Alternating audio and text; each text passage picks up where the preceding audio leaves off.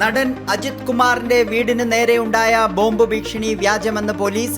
കഴിഞ്ഞ ദിവസമാണ് അജിത്തിന്റെയും നടി രമ്യ കൃഷ്ണന്റെയും വീടിന് നേരെ ബോംബ് ഭീഷണി സന്ദേശം പോലീസിന് ലഭിക്കുന്നത്. പരിശോധനയ്ക്ക് ശേഷം സന്ദേശം വ്യാജമാണെന്ന് പോലീസ് സ്ഥിരീകരിച്ചു.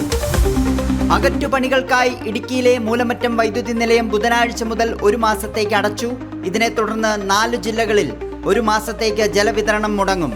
വൈദ്യുതി ഉത്പാദനം നിർത്തിയെങ്കിലും സംസ്ഥാനത്ത് വൈദ്യുതി പ്രതിസന്ധി ഉണ്ടാകില്ലെന്ന് KSEB അറിയിച്ചു. സ്ഫോടന കേസിൽ അറസ്റ്റിലായ ഫരീദാബാദ് ഭീകരസംഘം ഡൽഹിയിൽ വൻ ഭീകരാക്രമണത്തിന് പദ്ധതിയിട്ടതായി റിപ്പോർട്ട്. കഴിഞ്ഞ റിപ്പബ്ലിക് ദിനത്തിൽ ചെങ്കോട്ടയിൽ ആക്രമണം നടത്താനായിരുന്നു പദ്ധതി.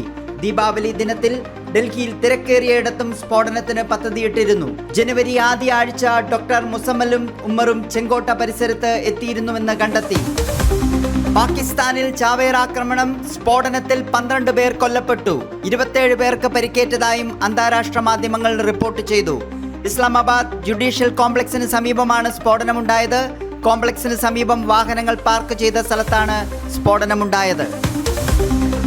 കടലിൽ വെച്ച് കേരളത്തിലെ മത്സ്യത്തൊഴിലാളികൾക്ക് നേരെ അക്രമം. കൊല്ലത്ത് നിന്നും തമിഴ്നാട് തീരത്ത് മത്സ്യബന്ധനത്തിന് പോയ മത്സ്യത്തൊഴിലാളികൾക്ക് നേരെയാണ് അക്രമമുണ്ടായത്. കന്യാകുമാരി തീരത്ത് സമീപം വെച്ചായിരുന്നു സംഭവം. ആക്രമത്തിൽ നിരവധി മത്സ്യത്തൊഴിലാളികൾക്ക് പരിക്കേറ്റു.